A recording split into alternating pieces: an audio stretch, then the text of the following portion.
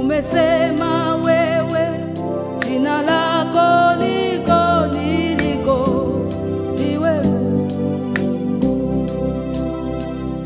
Unafanya mambo yaliyo juu ya fahamu zetu.